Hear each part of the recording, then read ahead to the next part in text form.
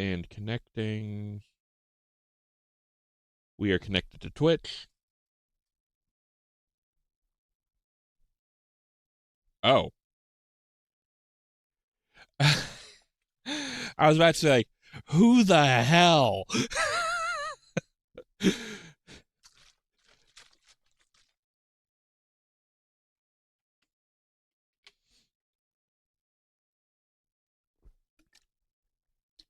It's for everything.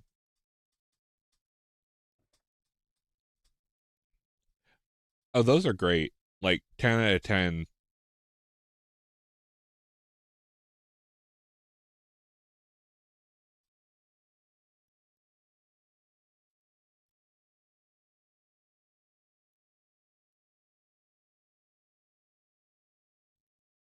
Okay, why is this not bouncing? OBS. Why are you like this? Properties. What did OBS do? All right, there's that. Right, but It only you This can usually access. happens it when switched trying to to OBS. default again. I'm going to scream. Okay, I'm hearing everyone now. Hooray. Yay.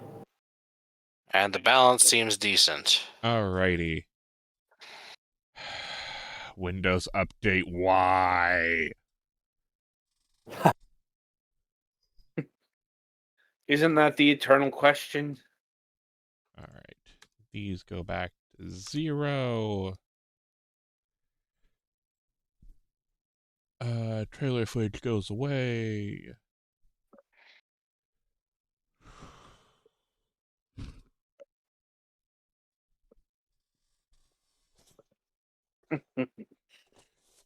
Get some fresh tissues to cover the eye.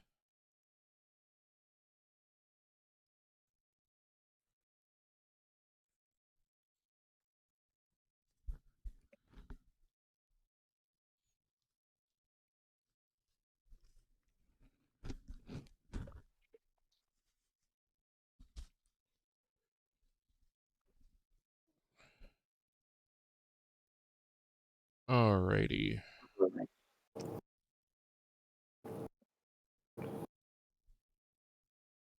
Is everyone ready to begin?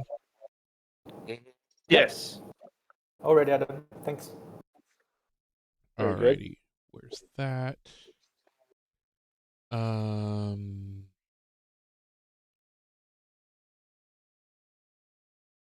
Alright, Billix, do you have something for the top? Sure. Alright, you may count down when ready.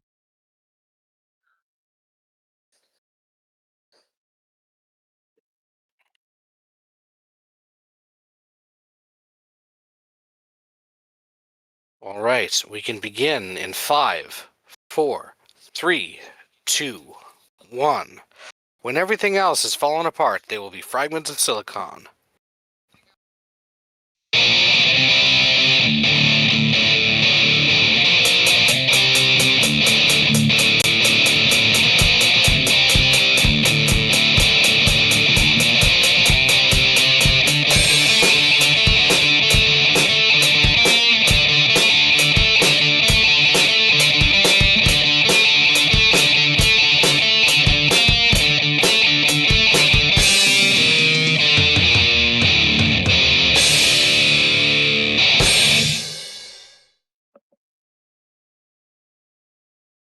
All right. Welcome to another installment of Fragments of Silicon. I'm your host, Adam, and I suppose we have good-ish news, let's call it. This is Petty, why don't you take things and give people an update on your eye? so for people who tuned in last week might realize I was absent because I was in the ER because my eye was very bad. I learned last Friday I have a pretty severe viral infection in my eye. They've given me antivirals to hopefully try and help, and then also I was there again on Tuesday, and they also put me on an antibiotic drop to help not only lubricate the eye, but while taking antivirals, sometimes you can be susceptible to bacterial infections because, the fucking with the immune system. So, my eye, they're saying it's getting better, but it still hurts a lot, and it's still extremely light sensitive. So it's one of those, it's looking better to the doctor, but I'm not really feeling much better. And I probably won't until the corneal abrasion fully heals and it's no longer light sensitive. That could take a few days to a few weeks. It depends how deep the abrasion itself is. So I literally could be feeling better by Friday. It could be a few more weeks till I'm fully able to actually look at a monitor with both eyes. Right now, I at least have my right eye covered, which helps, but it's still not 100%. But yeah, that's kind of been my, I guess, last week into this week is I have not been at my computer since we did the reviews on Sunday, just because looking at the bright lights of a screen hurts that much. And it's compounded by the fact that Betty can't use an eye patch Yeah. right now. Well, the doctor hasn't really told me like whether or not I can, or he didn't give me one. And unfortunately, because I have a rather large head, a lot of the ones you can just get at the store are too small for me, and they cause way too much pressure on the eye. And last thing we need is, something pressing on the eye while it's trying to heal. Right. So, depending, the doctor wants to see me again this Friday afternoon. So I'm gonna, ask him about, should I start wearing an eye patch now? Or is there anything that he can give me to help with the light sensitivity? If the cornea is healing well.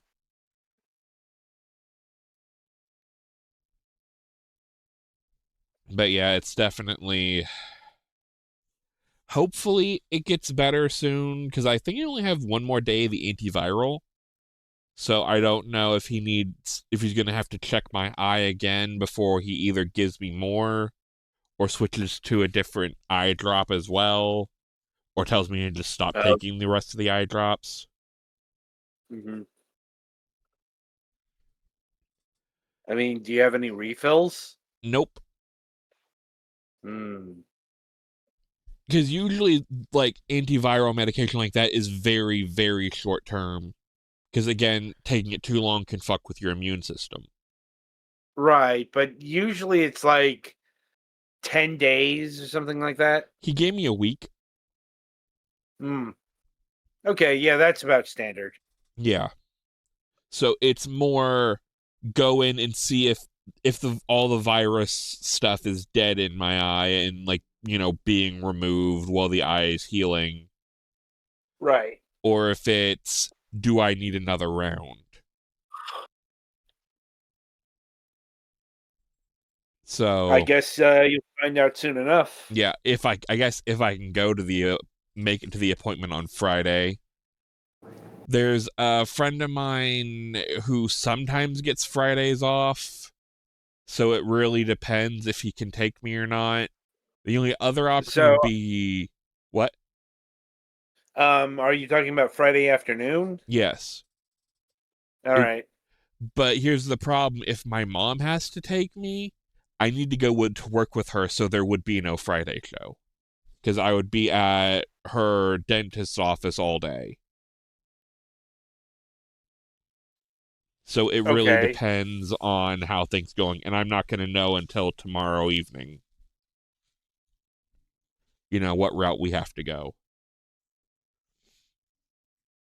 Right. I mean, worst comes to worst, just do another delay. Yeah. Yeah, hopefully my friend can just take me, and that's obviously going to be the easiest option. Yes. But yeah. I guess in fun house news, since we heard back from our new insurance agent, there's nothing in our record about them trying to cancel our insurance. No notes or anything about the supposed violations they saw. So even he's Have wondering you gotten in touch with the people who said that? He's working on it, but apparently they're out of the office. But we're going to email him a copy of the letter we got. But yeah, even he's like, they should have noted if it was that bad. So there's a whole lot of what the hell is going on. It's possible they wanted to get rid of you because of being a bad customer if they have to deal with your parents more than you. I mean, we've had 2 claims on the house. One of them was the original roof repair or replacement in 2016, and our insurance agent at the time told us to go for that because they got a butt ton of FEMA money because of a severe ice storm. So, and then the second time was them coming out for the roof leak earlier this year. Other than that, all we do is pay our thing every month. So it's like, we're probably the best customers when it comes to that.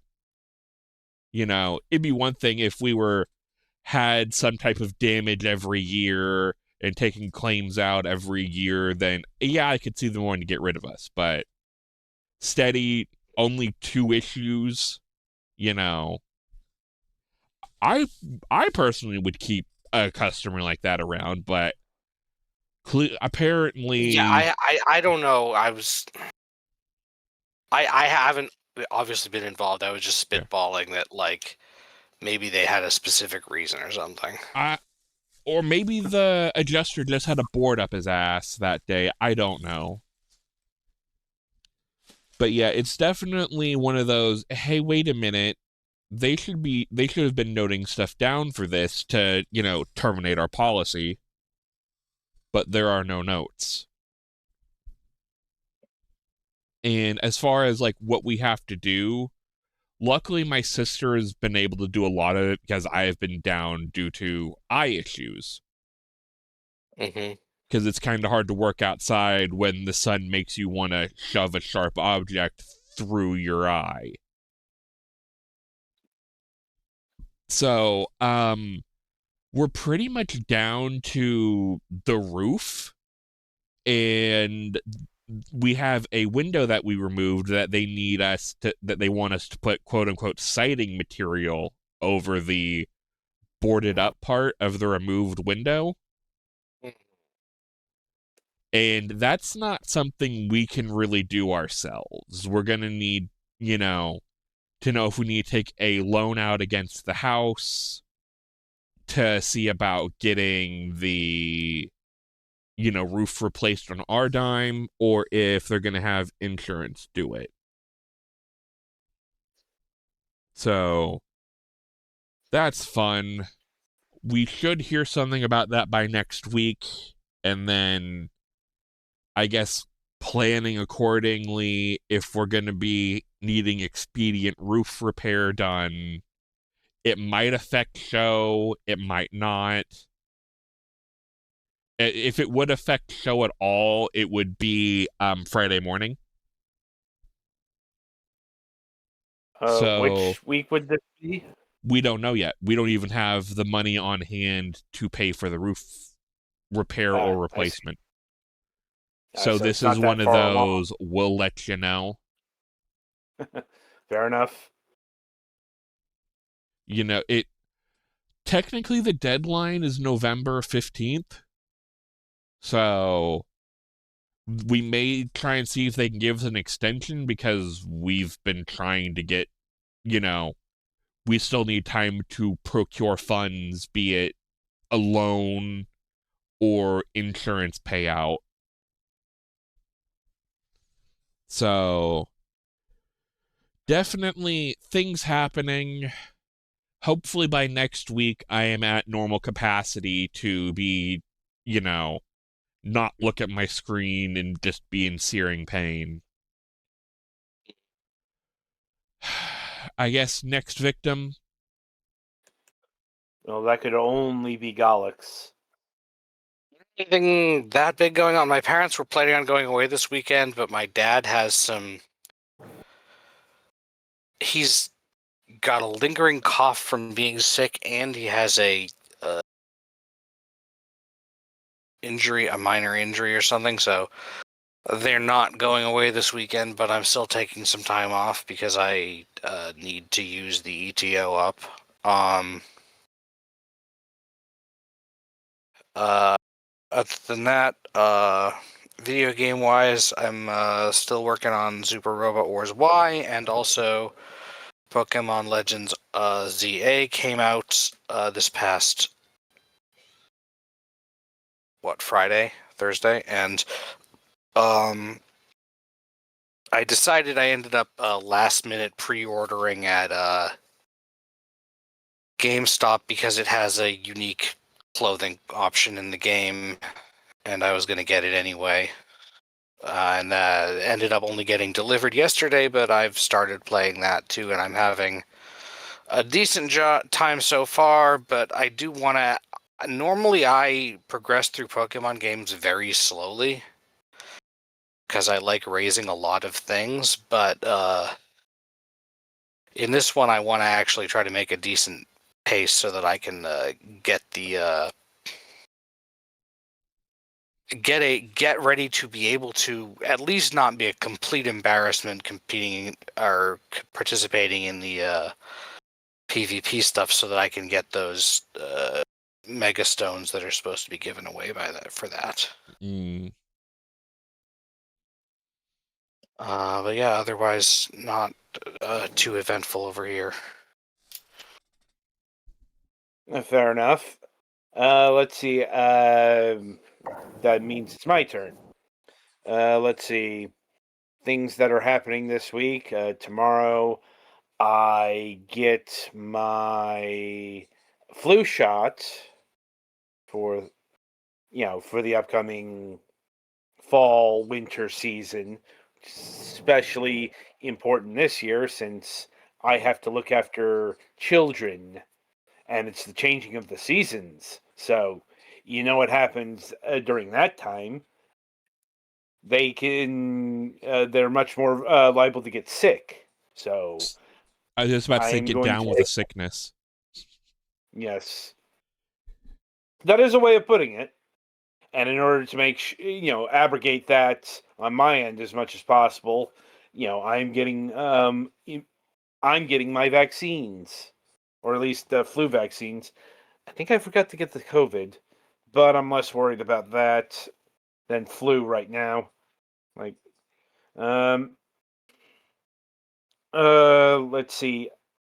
I guess it's the year for long lost family members to drop in, although this one's a bit more permanent, as like my aunt that I haven't seen in forever and a day is retiring and is buying property in town. So I get to see her tomorrow as well. She's not moving in yet. She's here to fix the deal with paperwork. Yeah, look at the place, make sure she didn't buy an empty lot somewhere. No, it's further along than that, but Right. there's still more paperwork that needs to be filled in the application process, because it actually got missed it got sent out while she was moving down. And so the paperwork arrived at her former residence after she moved out. So that should be corrected tomorrow. And in the meantime, she's staying at my uncle's place down in West Palm Beach, which is actually a fair distance away. That's like 5 hours. So, the point is, everything's on track there. It's just, complications that would naturally arise from something as fluid as this. So, and yeah, I think that's about it in terms of like life news. In terms of gaming, outside of review games, I have been playing through the Batman Telltale series and Resident Evil: The Village. Like, for the spooky, scary season. Like, Oh, right. The Telltale ones had Scarecrow in it, didn't it? first season didn't. First season's kind of different in that it's not really a Batman story. It's a Bruce Wayne story. Yeah. Which we see a lot less of. Like, Batman's there, but the core of it is definitely about Bruce Wayne. Mm-hmm.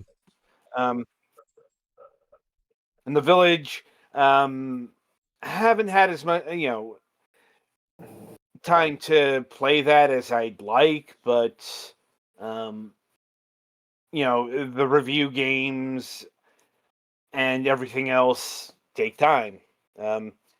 And yeah, that's about the assessment for the week. So, merrily, we shall roll along to the interview portion of the broadcast. And joining us this week is Zhao of Savy Soda. Hello. So, I hope I Thanks for pronounced having your me. name correctly. Close enough. Yep. Zin would be easier to pronounce, but that's how what I usually go by. Okay. Right. So, how we like to get started is we like to get to know the people behind the games, the studio, and all of that assorted affairs. And we do that by asking this particular question: what got you interested in video games, both on a personal and a professional level? Yeah. Thanks for the question. Thanks for having me on the show.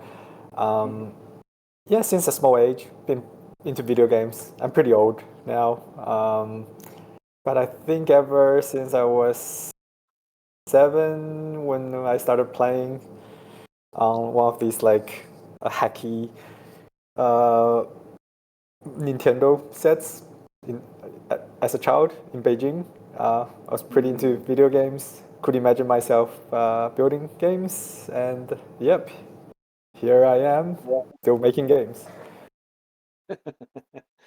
Yeah, we don't get a lot of conversation about people who grew up in China in video games.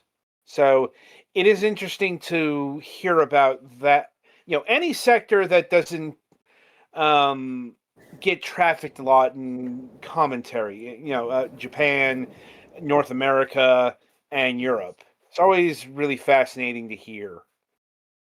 Yeah, China's pretty interesting because it opened up pretty late. Yeah. I think we only had our first game console in the mid 80s. Yeah. Well, I and think there that was a like good very time first through one. the 2000s where video games were essentially banned. Yes, that's right. We were through that. We were trying to get a game through, I think 5 years ago in China. It was extremely difficult. Like our game launched in China. Yeah, there's a lot of policies. But yeah, when I was younger, the problem was there was no consoles, so there wasn't the NES or there wasn't the Commodore 64.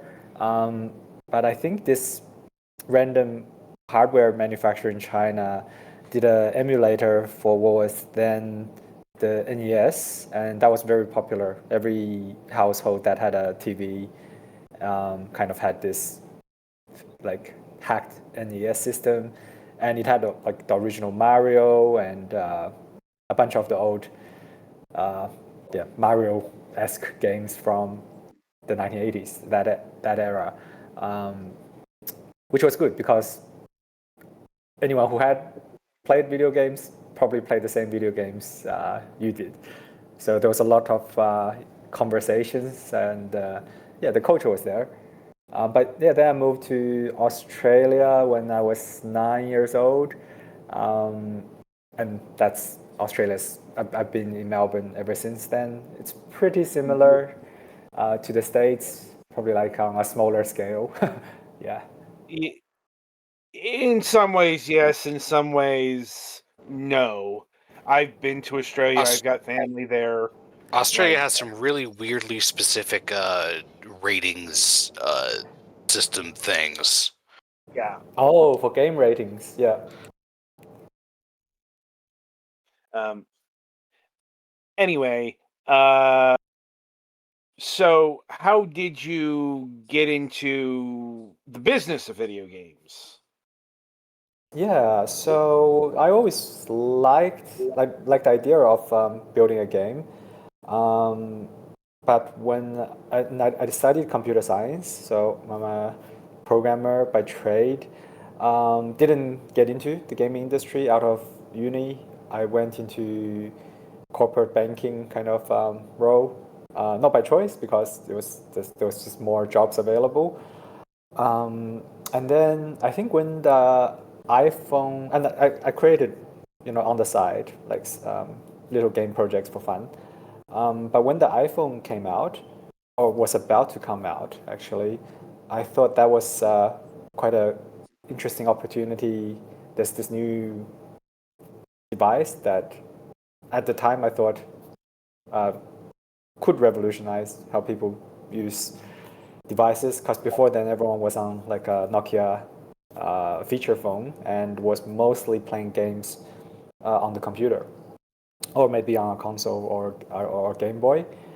And I thought people would start playing games on phones. So I just taught myself how to make Apple game run on the iPhone, which at the time was quite difficult because there wasn't many resources. Nobody knew how to program for Apple. Most of the developers were PC programmers at the time. Most of the books were for PC programming. So I had to like kind of taught myself, and released one of the first games on the original iPhone. I think it was like one of the first 500 or less than 1,000 apps was on the store when I released it, and that became quite a big hit. It was a terrible game. It was a Snake clone of the Nokia, the old snake-eating apple game, but yeah, for the iPhone. And I think that's how I got started in game development, or at least like kind of professional game development.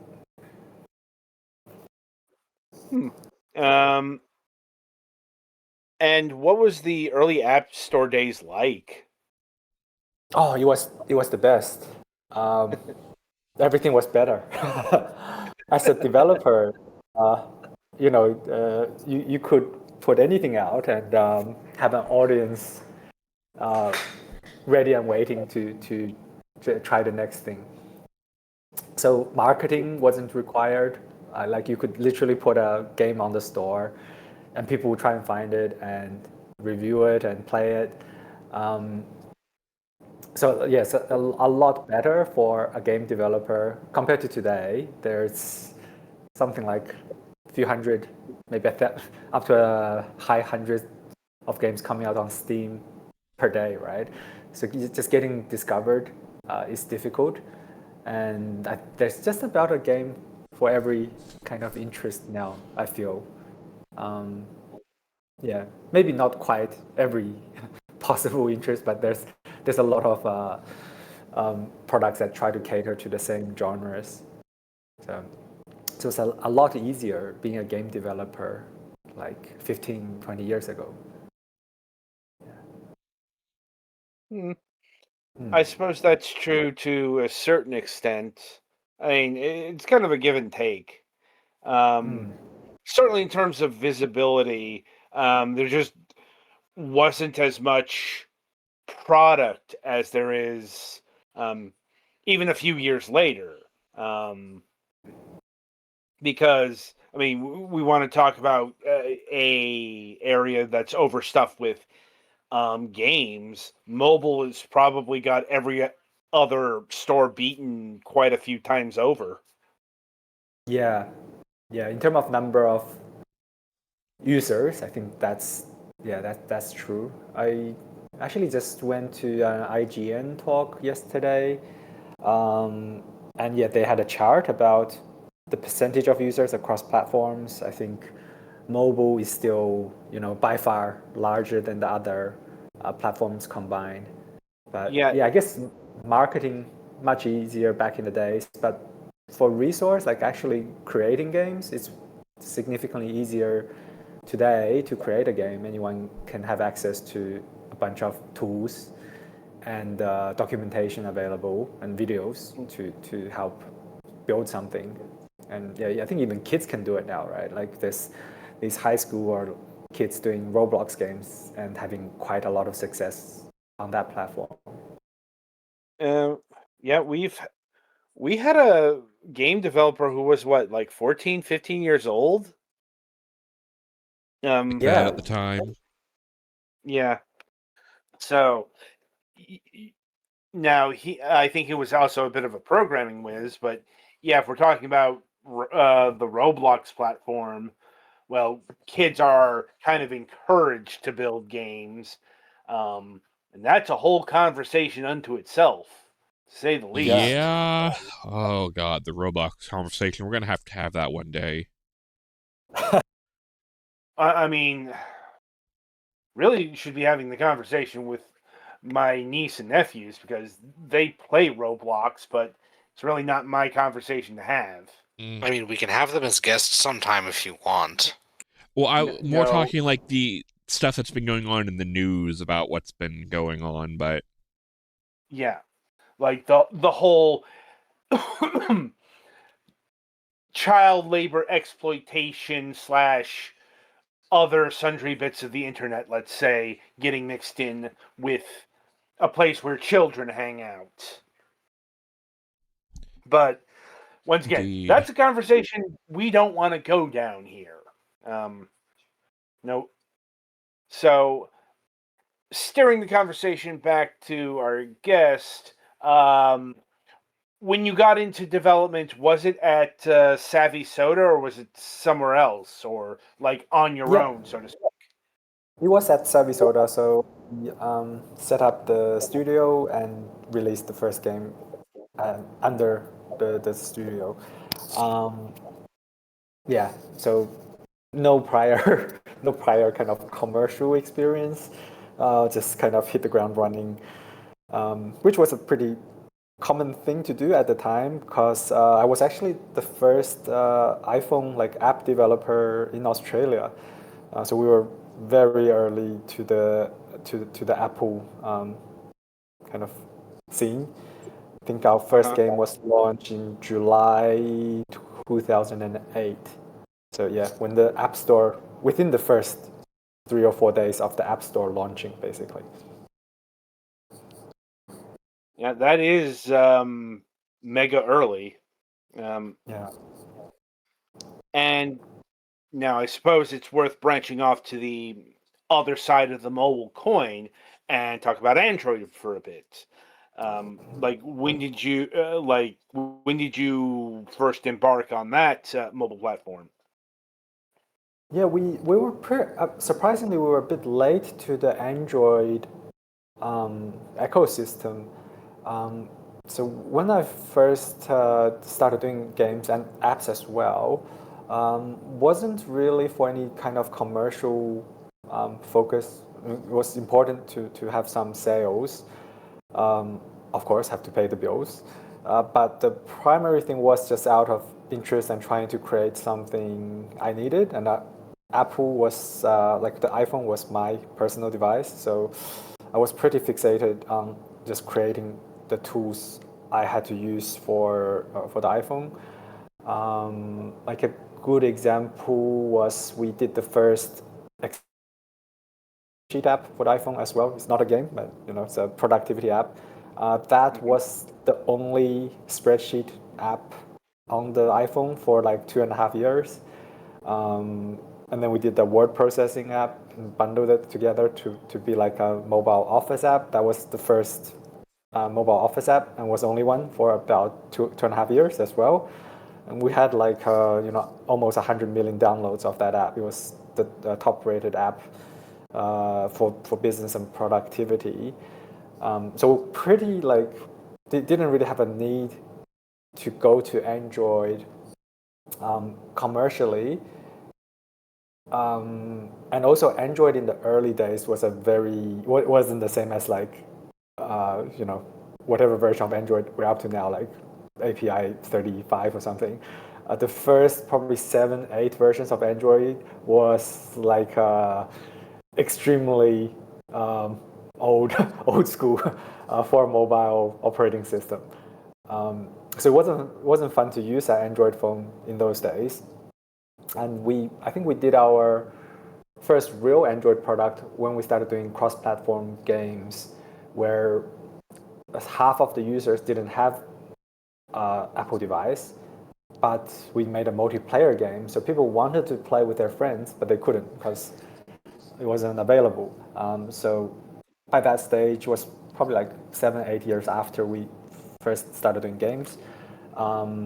We started using like Unity instead of writing our own game engines, and that came with cross-platform compatibility, which made it very easy to make the same product run on multiple platforms. And that's really when we got onto Android as well.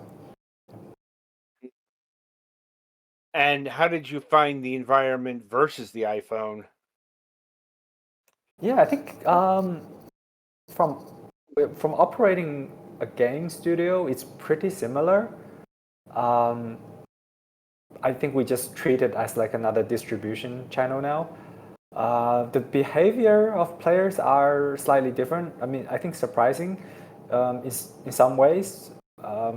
Android players are just as engaged as iPhone players. I think you can find the same user being on both devices. I think the average spending, there's a little bit of a difference because some Android phones, especially in like non-US demographic, there's a lot more affordable Android phones just for feature use, not really for gaming. So we do see a different level of engagement in some demographics on Android, but on iPhone is pretty consistent. So if you take like a player in the US versus like a player in I don't know, say Egypt, for example, and they're basically going to be the same player with the same hardware.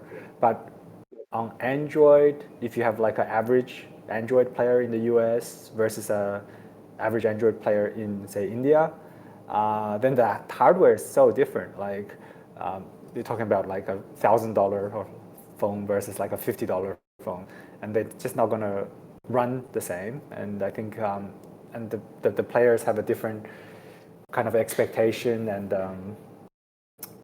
and like play style. So we do see a pretty big difference regionally on Android, where for Apple it's more consistent, I think, globally. That's probably the biggest difference.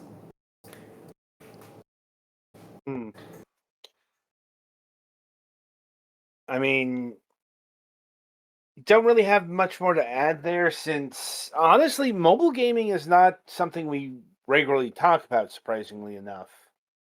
Yeah. I think gaming on mobile is a bit more of a casual affair. We've also pivoted towards, because our games are pretty on the mid-core, hardcore spectrum. We don't have any casual games which are typically played on mobile. I think like our main game is the Pixel Starships series, which is a really kind of geeky XCOM FTL civilization. I don't know, like a pretty hardcore strategy game, especially for like long-term players. It's a game that takes probably a couple of days to get into, and then you can play it for 6 months or multiple years. So it works really well for the Steam audience, and we've seen a good uptake on the Steam audience. That's kind of what we've been doing, yeah, like more recently. And also we've been dabbling in the VR space. We released our first and only VR game on the Meta Quest. It's called Archery Pro, and that game it's an archery simulation game, and we worked with one of the top archery influencers. I think he's based in Georgia, and yeah, he's super cool guy. Got a huge following on Instagram, and yeah, we worked with him on the game called Archery Pro with James Jean Trick Shots. That game has been doing fantastic on the MetaQuest. I think last week we were still in the top 50 most popular games. So a lot of people have tried it. There's probably like stuff we need to do in the game to make it have more replayability, but people love to try it and play it for short term. That's where our VR experimentation is at right now. Okay. Yeah. And yeah, so that's actually a lot of ground there. I suppose the first thing we want to zone in on is, well, really why. Why are you getting into or at least experimenting in the VR space? And was there a particular turn towards an attempt to do hardcore on mobile, for lack of a better term? Yeah, I think like what decision to make like a hardcore game on mobile was just I was only interested in like hardcore strategy games. Um, Even though that didn't fit very well with mobile, it was a good opportunity because there wasn't many games done well in that genre. Like our game is kind of like Eve mixed with FTL. And now both of those games surprisingly later had mobile versions. But I think they basically took the Steam version of the game or the PC version of the game and ported it over to mobile. So it's not, I think, not the best user experience. They're great games, but not the best control setup for mobile.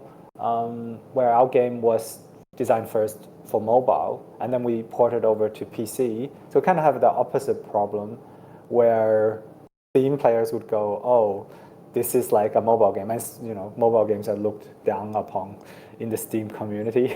But we don't have that problem in the mobile space because it's kind of one of the only natively built like hardcore strategy games. So yeah, bit of mixed mixed bag of pros and cons there.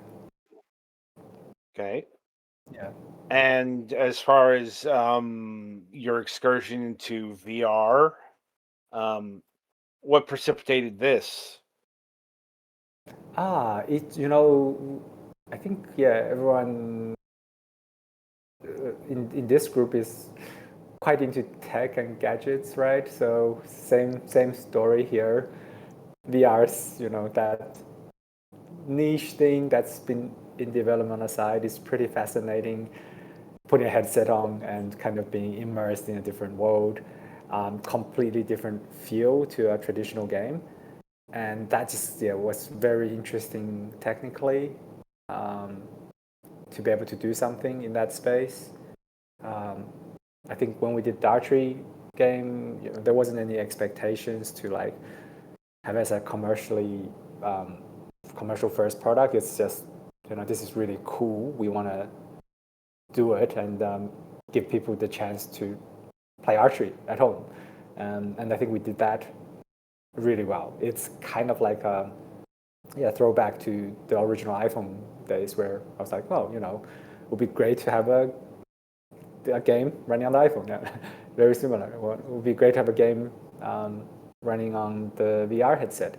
And archery in particular, the main reason I actually was watching videos from the influencer we work with, James Jean, much earlier, maybe like 10 years before the VR things became a thing. I was like, wow, it'd be awesome to be able to shoot arrow like this guy. But it's so hard to, like, archery is a really pretty difficult sport to get into because even if you had all the equipment, you actually need to find like a range and go to a range. You can't just like shoot an arrow at home. So kind of difficult sport to access for most people. Pretty niche, but it translates really well to the VR. You got the two controllers, so you can really move around. You don't get motion sickness because you're stationary for most of the game. So just like a good natural fit. And that's why we decided to give it a go. And I think it's become more successful than I was expecting, which is really cool. Sounds like it. Though I will admit, when I see something like this, I don't think of the original iPhone days. I think more of the Wii around that time. Wii Sports, Wii Sports Resort in particular, that had archery in it. Oh yeah, that was a great game. Yeah, and all the other Wii Sports games. Tennis, I think tennis was my favorite one. Yeah, and I suppose the question here is, are you satisfied with your VR experiment with the Archery Pro game?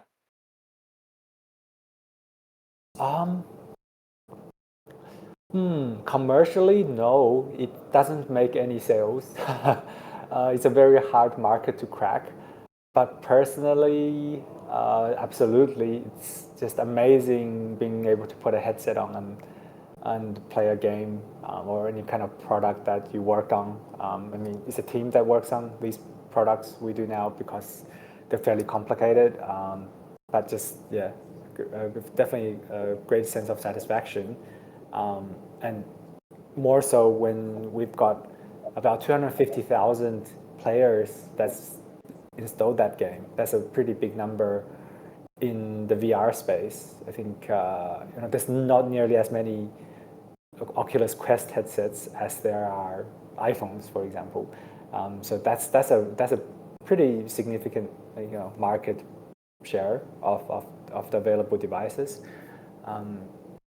It's just very satisfying knowing we can build something that people react to and engage with. Yeah, even if they're not spending yet, we have to yet to crack that challenge.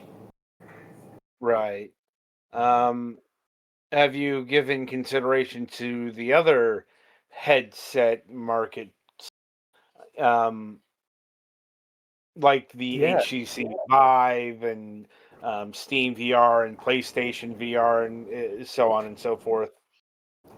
Yeah, I think we are dabbling in both of those. I think we can get a Steam VR version running without too much issue. We also tried this other brand of standalone VR headsets called Pico, which was getting some momentum at a time, but I think it's kind of died down. The VR market is tough. It's tough to crack. I think Meta's done the best job at it by far. I mean, they're like miles ahead of the next hardware provider in terms of like how many people have access to it. Part of that, I think, because it's standalone, you can just pick it up. You don't need another computer and a cable and sync everything. Yeah, so we prioritized the Meta because of that, because it felt more like a iPhone like an independent device anyone can kind of have access to. In reality, it's still much harder because you've got to be, at home on the couch and then kind of like putting a headset on. It's a lot of extra effort compared to jumping in front of a computer or a phone. So it's not as convenient, but it's the most popular. It's as close as it's gonna get, right? Until maybe the Meta like smart glasses come out with some kind of mixed reality thing. This is and stuff like that's unfortunately what killed things like the instrument, like Guitar Hero and stuff like that, or like the Kinect where you had to move like a 6-foot space to play it, and people just don't have the time or energy to like, move the coffee table out of the way whenever they want to play a game. And basic Guitar Hero wasn't too bad, but they kept making more and more elaborate stuff. So yeah. And I VR, think to the gym, right? You want to go, but you don't want to go. Like, you want to play, but you don't want to move the end table to the side of the room. Yeah, too much effort. I'd rather just jump on TikTok and watch, some funny cat videos kind of thing. on the other hand, there are those who really want to justify their $1,000 equipment purchase because, I mean, that's like. Yeah, speaking of that, we made that mistake. We purchased the Apple Vision Pro with the the idea of making the archery run on it. It's still not running on it. It's a really cool device, but I don't know what I'm using it for. Like, it's just I think that was the eternal question that plagued that particular headset because, just all the app developers just noped immediately when they saw the price because they calculated pretty much instantly that there was no market for this thing because the Apple Vision Pro was like they did release a second version recently. Yeah. So, I mean, it was really advanced and good tech, but for the price, it better be.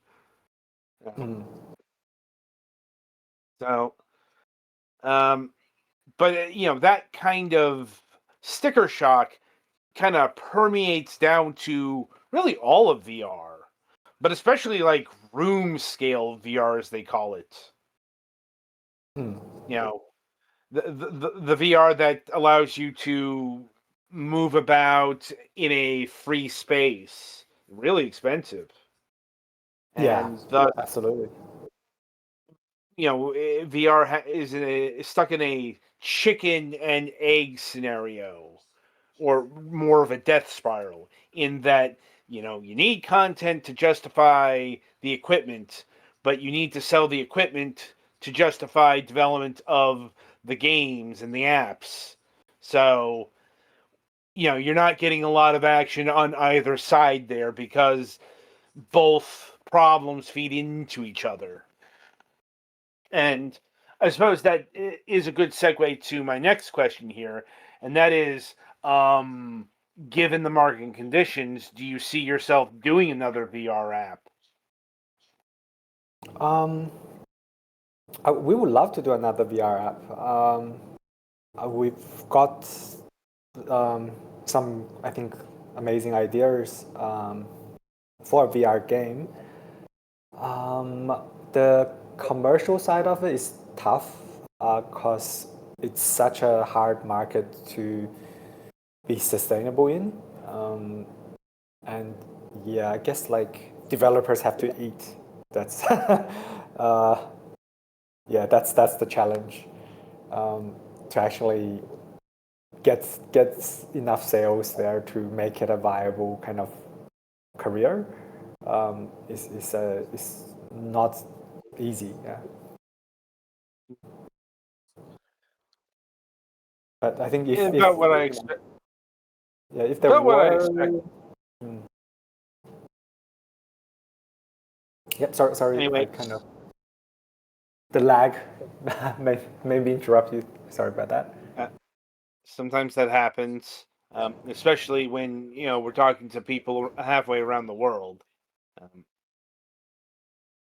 So anyway, so we are getting low on time here, so we'll wrap up this session. But I think we'll want you to return um, in a few months here because we didn't even get to Pixel Starships.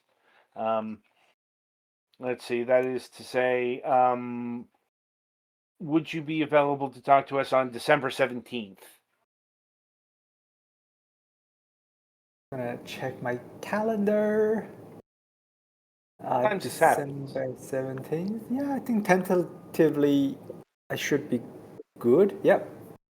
Okay, Let's put a calendar down tentatively yeah. for that date. Yeah. All right. Because like I said, we like the Pixel Starship series are your flagship products, and we have not really touched upon them at all. So, kind of Yeah, that's definitely our most popular game by a long Yeah. shot. I mean, we Uh, had about 11 million, maybe a bit yeah. more than 11 million downloads. Yeah. We'll get into it in December. Yeah. But my final question here and now is, have you looked at getting into AR or XR game development? We've done a bit of both of those. So we have this game called Millionaire Tycoon World as well, where it's a XR experience, an AR XR experience. It uses a maps system, it's like a real world map system overlaid with a camera system where we're putting together kind of rendering assets in front of the camera, and that's I think even more difficult for user adoption. The only game, I mean, there's probably 2 or 3 games that's cracked it. Obviously, Pokemon Go, Monster Hunter, and I think that's maybe the only 2 games that's cracked it on a major scale. And all the other AR games, I think, had very limited success. And yeah, unfortunately, we are also in that bucket of very limited success. Yeah. You could probably put Ingress in there as well. Oh, for sure. Yes, of course. Ingress as well, which is the precursor, basically, to Pokemon Go, right? Yeah. It's just ever since Pokemon Go,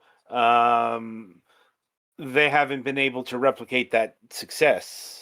Pokemon Go is literally based off Ingress's maps to start with. The Ingress has location-based gameplay too, and that's where they took the original data for stops and gyms came from. Yeah, I think it's pretty much done by the same team, if I'm not mistaken. We used to be. Yeah, we work with Niantic pretty directly as well. For some of our idol stuff. Yeah, I think they Niantic still has Ingress, but they sold Pokemon Go to Scopely. Yeah, I think the entire publishing studio is now owned by Scopely, I believe. Yeah. So they obviously had some changes in how they operate, and that was fairly recently. It was like within the last 6 months. Yeah.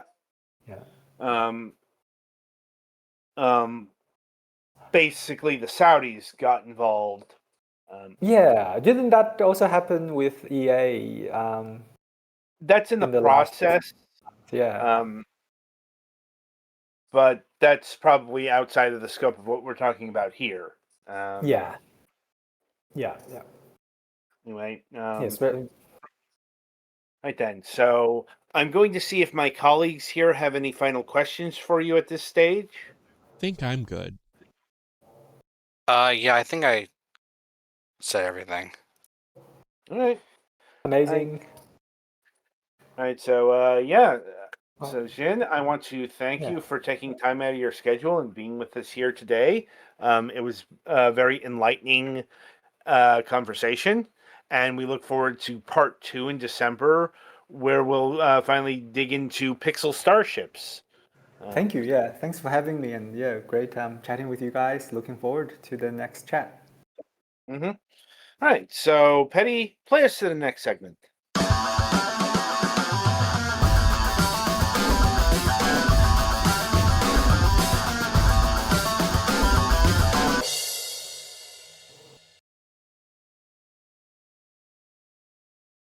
All right, so welcome to the topic of discussion, Deus Ex Part 2, in which we finally talk about gameplay. Because if you remember from our Part 1 talk, we got sucked into all of the discussions around the game and the thematic elements around the game, which is a really easy thing to do with Deus Ex. It's why I said you could literally talk for hours about this particular project. But, it'd probably be important to talk about the game itself, because it's not one of those games where, the themes, the story, the characters, the whatnot is more important than the actual game. Deus Ex is very much a game. It is a game not only meant to be played, but is also to be considered to be a generally excellent role-playing game / immersive sim, depending on the stance you want to take. I will say that, that does get into a bit of genre arguments that I'm not particularly interested in getting into because, yes, it codified the ImSim, but it's also very much a role-playing game in a way that, say, BioShock or Dishonored are not.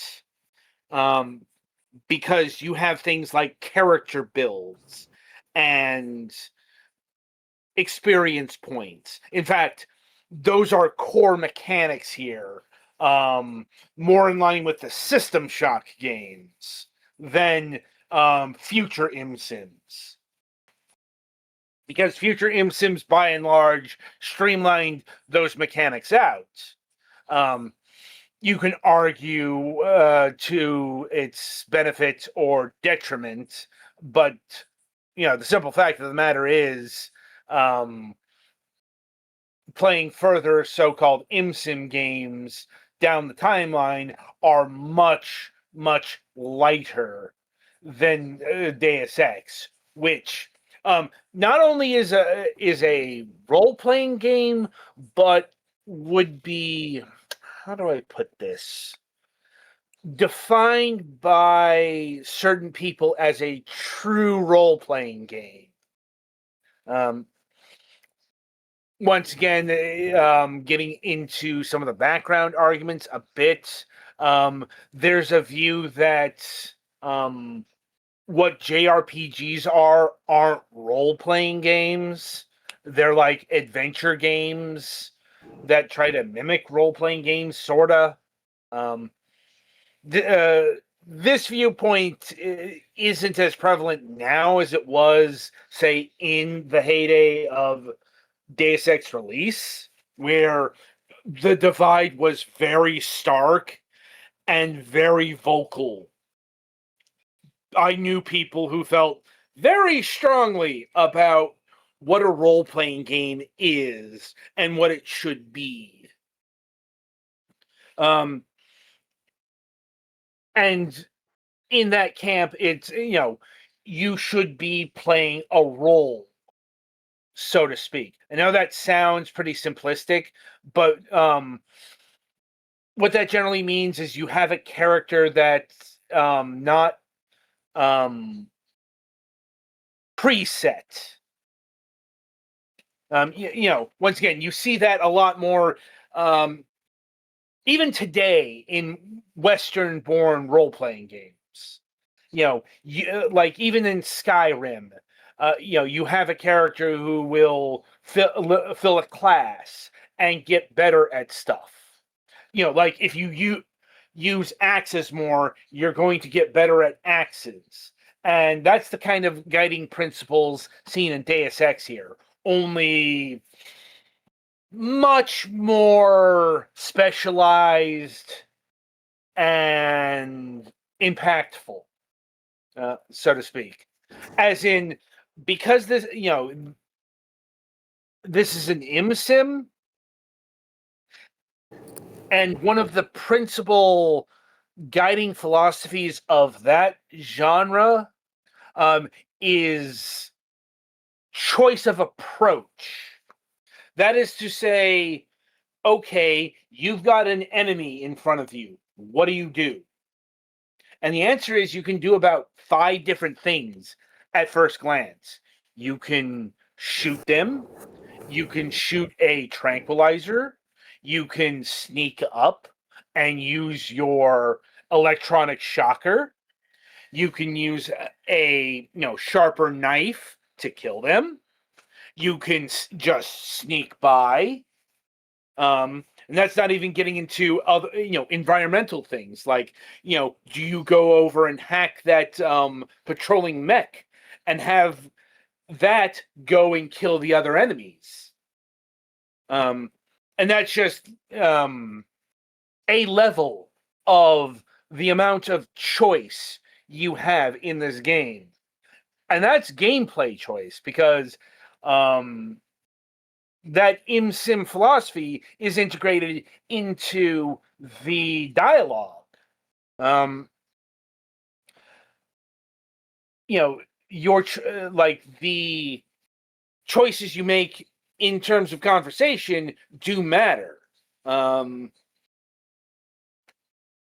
indeed, gameplay and not cutscenes, but storyline are integrated. Like if you like the first level, if you take a violent approach to the scene, it's going to affect things, not in a major way, but there, you also do get major changeovers in ways that other games to this day don't do. And the devs also gave a lot of thought and consideration to what you can and cannot do. Like a good example is there's a certain character that you get partnered up with early in the game, and let's just say they will be one of the major boss encounters. And there are a myriad of ways to deal with her.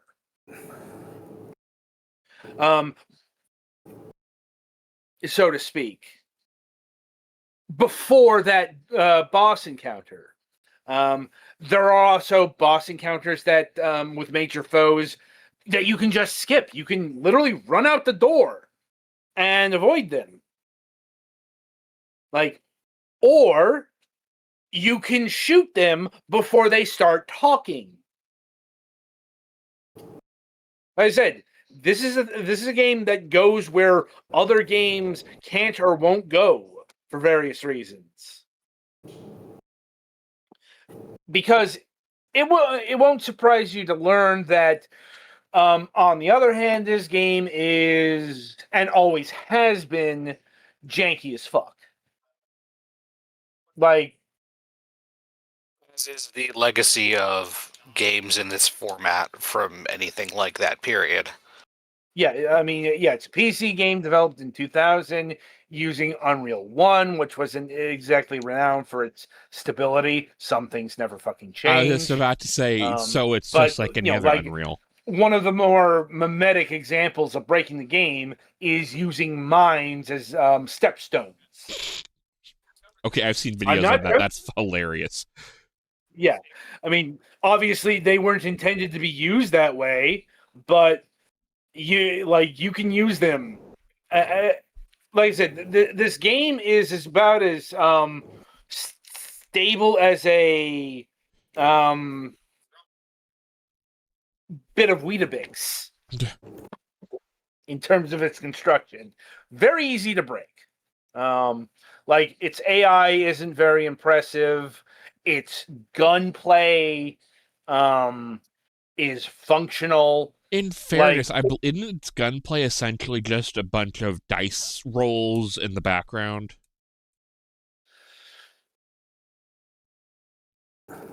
I want to say yes and no, because gunplay is actually one of the more interesting aspects to the game.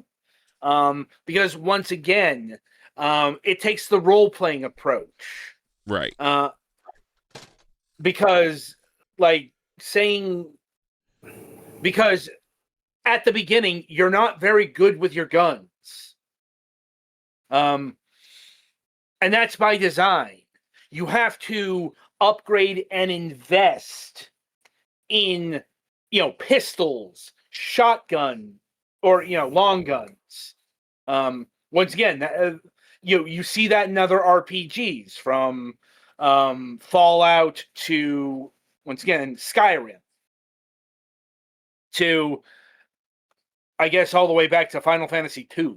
Like, Final Fantasy II tried to do this stuff. It's just, it was a bit more strange about it. You still get the same principle. Like, in Skyrim, you swing your axe, you get better at it. It's just, in Final Fantasy II, you had to hit your own party to really exploit the system. Anyway, that was weird. Yeah.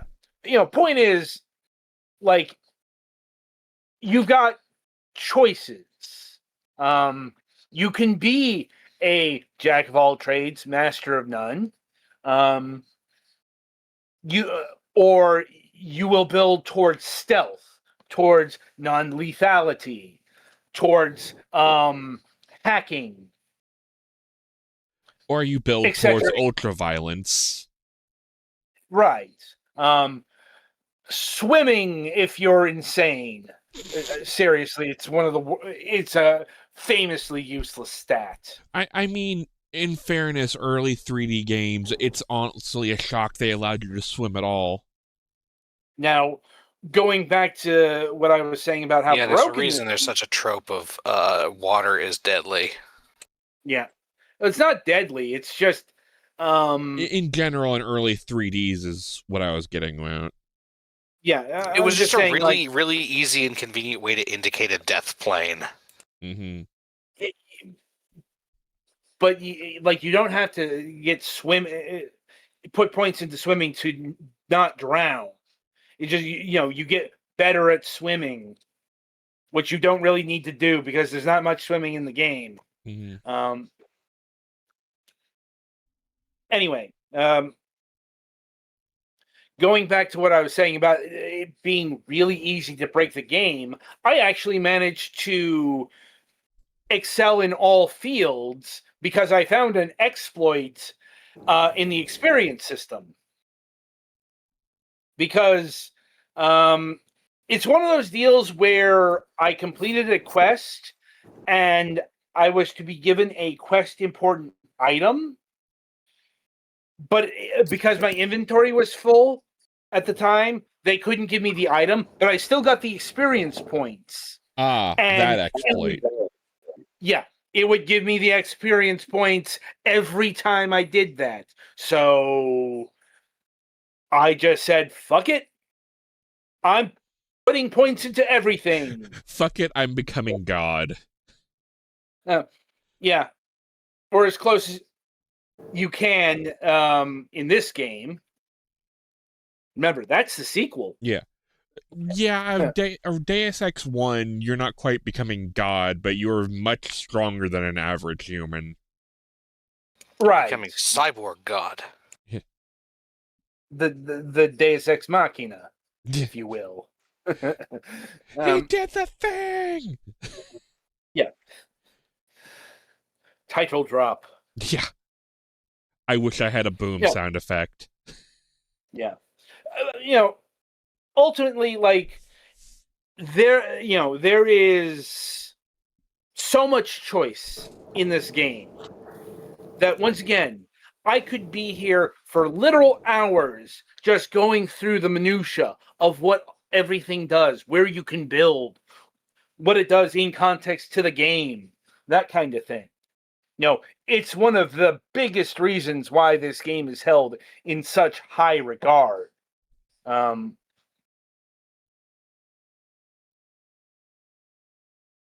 And honestly, the graphical and technological jank is pretty worth it to get something of this caliber, and something that we're really not ever going to get again.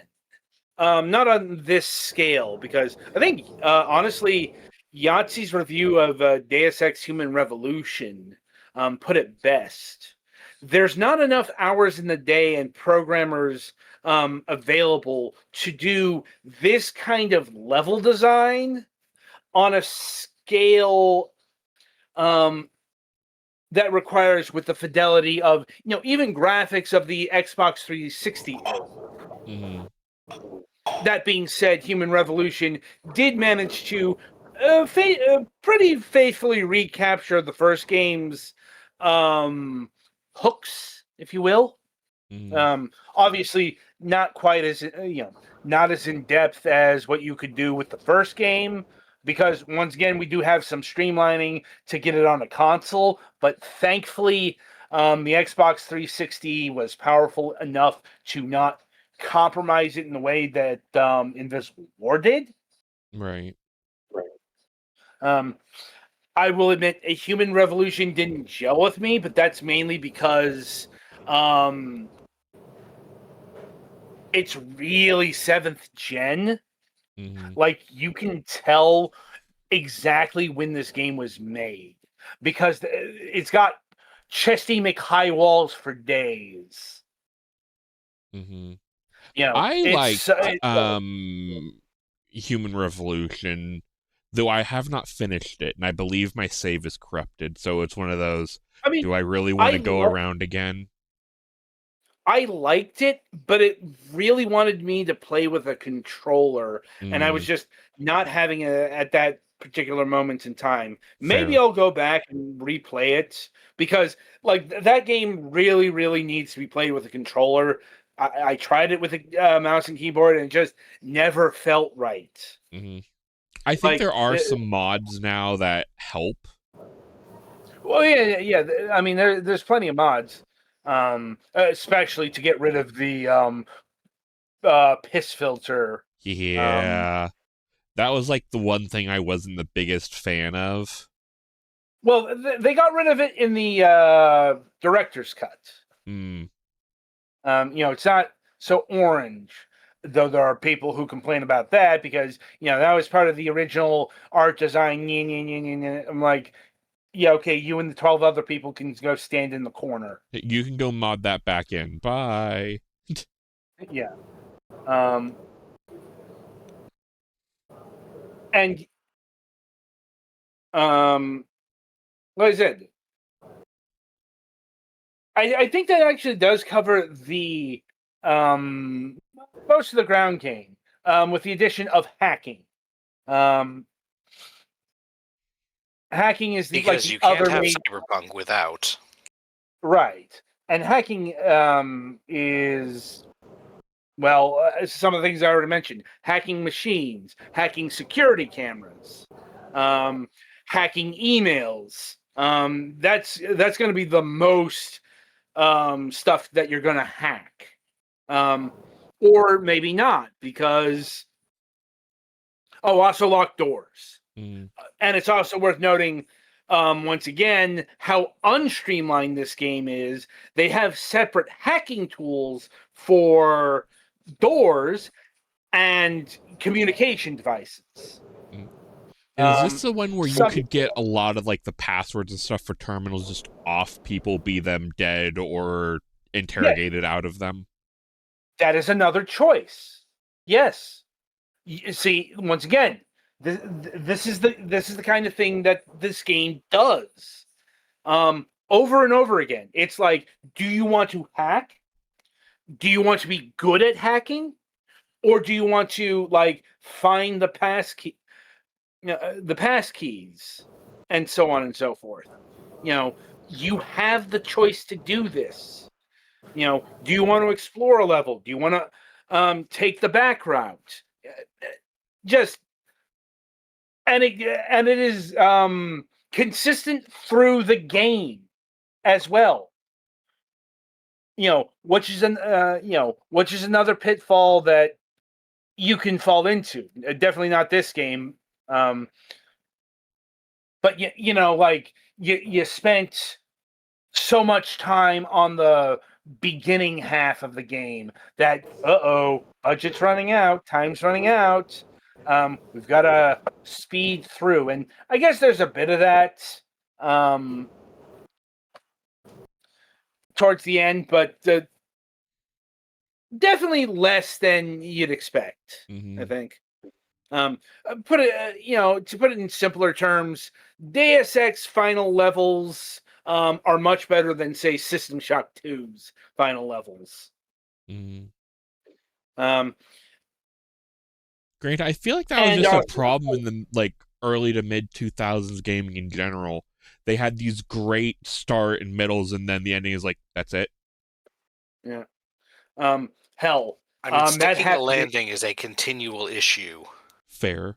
I mean, that happened hard to Human Revolution with its ending Tron 5000.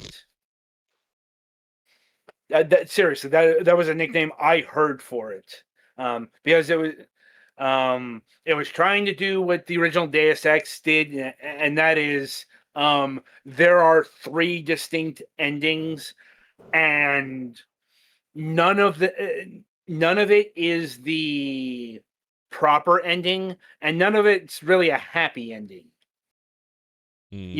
It's like, do you doom the world to the Dark Ages?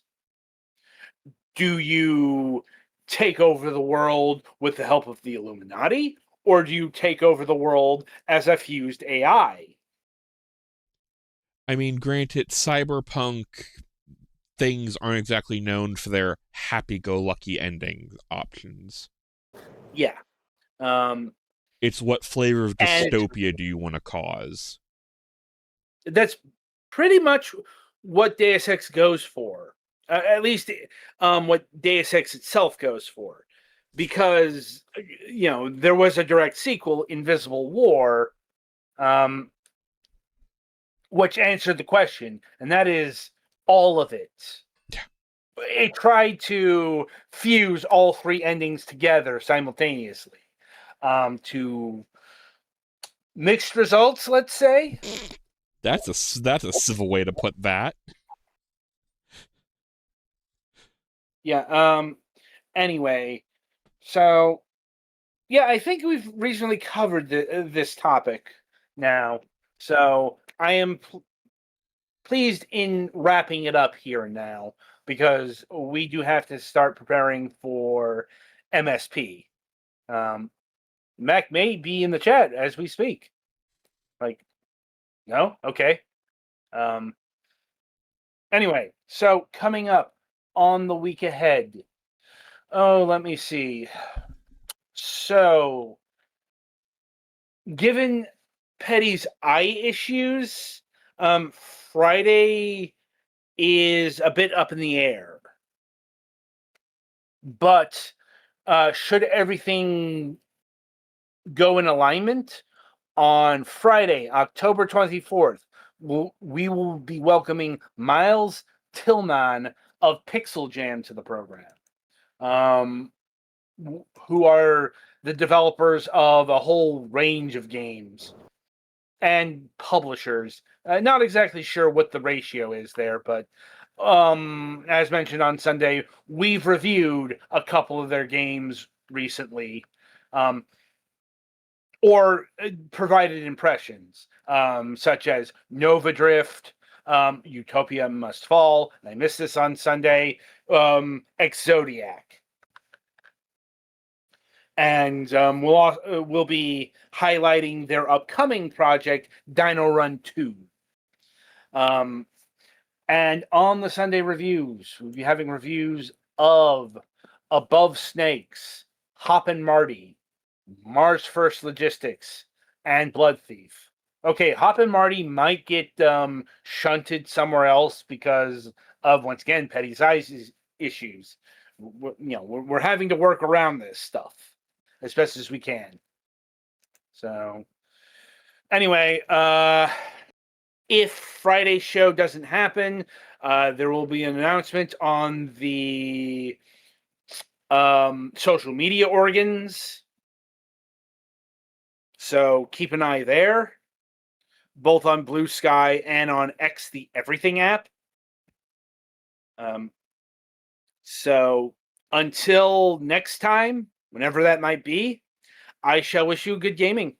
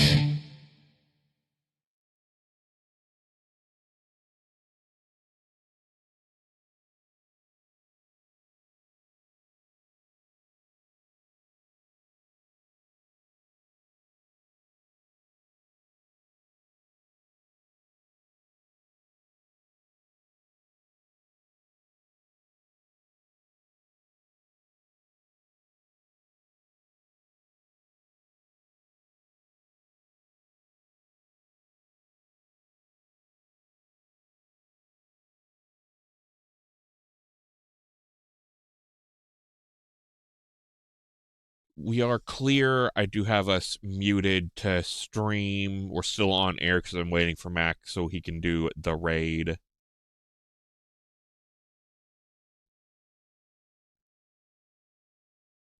He is away, yes? Mm.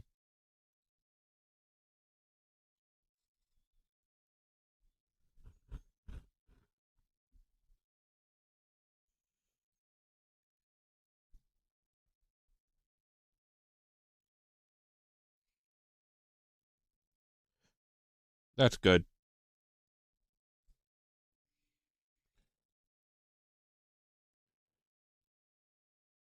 Yep.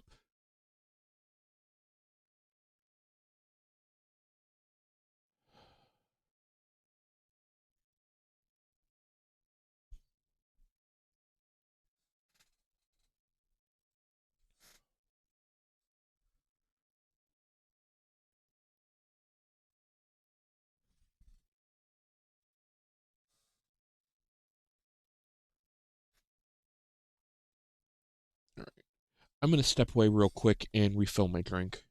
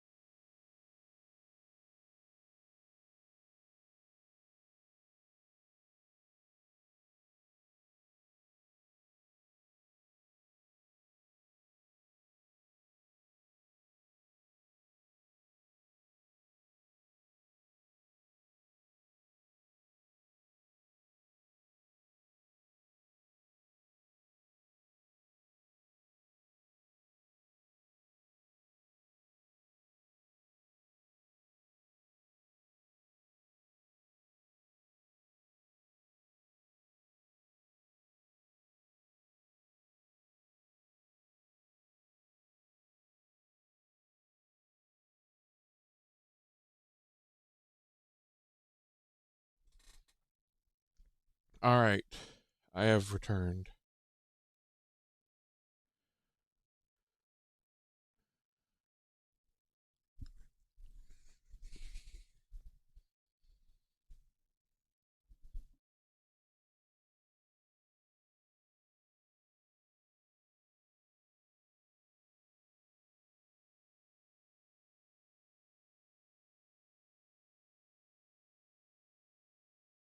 Okay.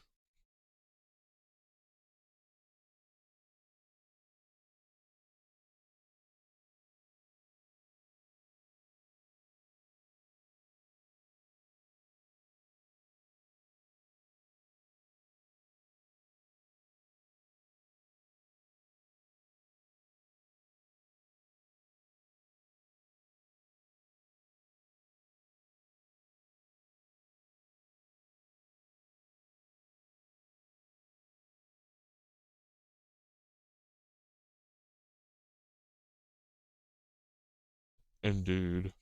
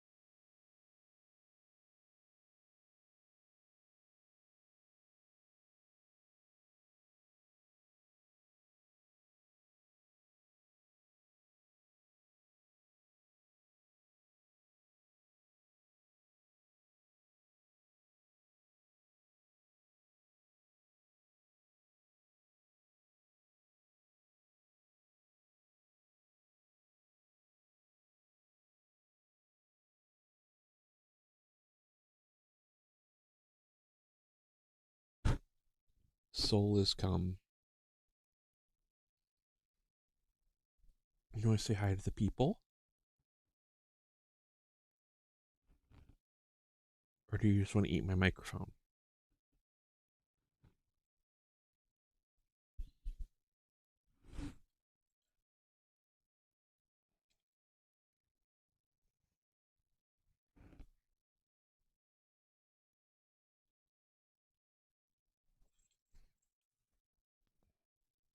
Hey, careful of the keyboard.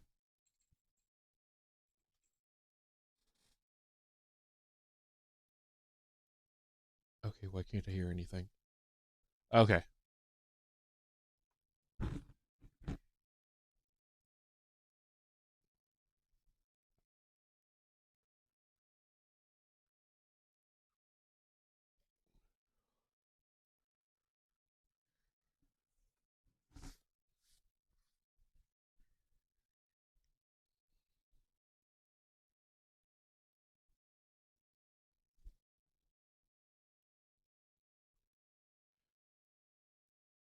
So the Grave Gravedale High.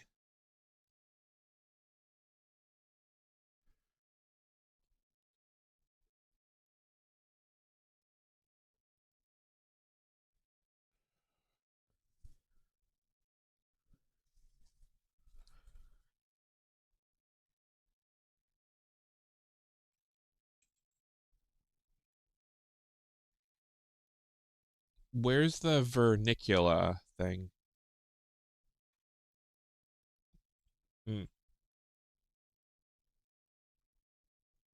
Is that in private business or... Oh, there it is. It would just up.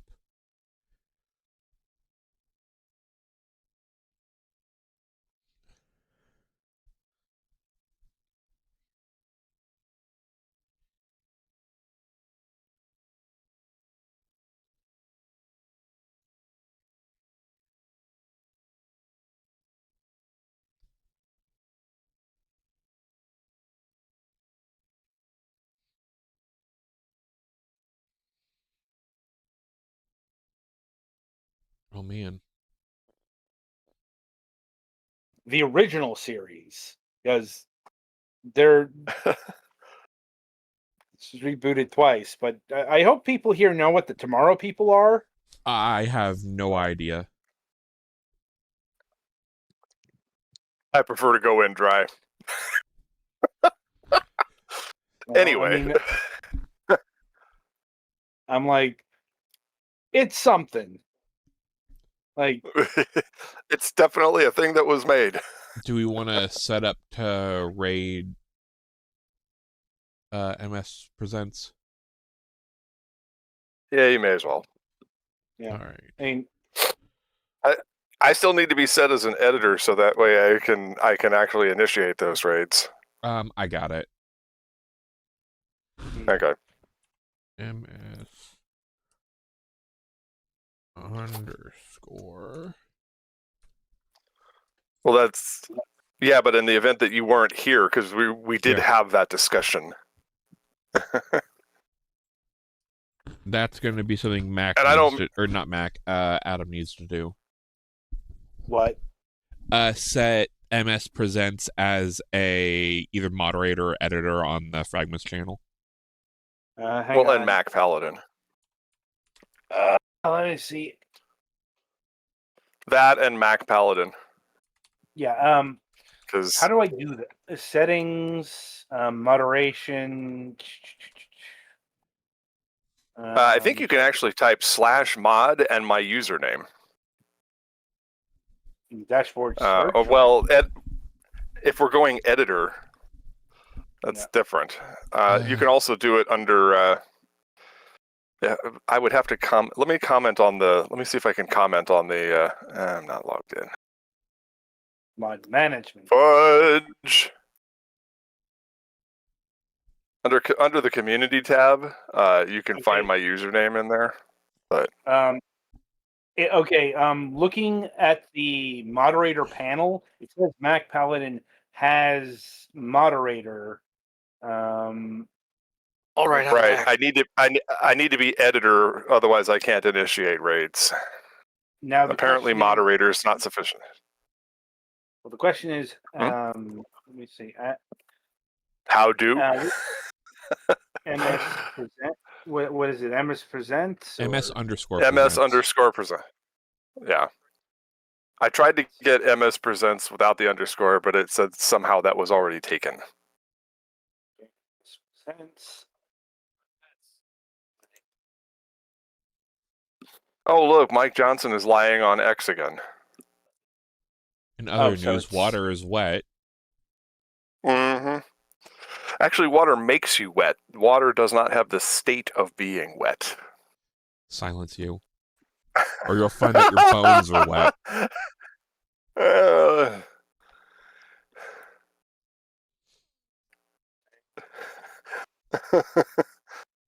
My brain is full of fuck. What did it add? All right. Are we still recording this? Because this would be some funny Patreon material. We're on Fragments. I'm still getting things ready over on OBS. All right. Well, I'm hoping you're well enough for us to do Final Fantasy XIV next week, because I'm going to try it out on the Mac. I ordered a USB external hard drive to accommodate the lack of space issue. Hopefully, I'm good by this weekend. Because this 14 on Mac. This 14 on Mac project looks pretty amazing. It's like people are getting tired of the programming community, the developer community disrespecting Macintoshes, because according to everything I've read, This machine is equivalent to what is it? An i7 an i9 14900K. And in terms of raw processing power, and the integrated GPU is equivalent to a 3050 Ti or better. All right, I'm gonna get us off air on Fragments and start the raid. Righto! All right, so get ready to head over to MS Presents, everybody. We're signing off over here and moving to the other boat. Yay.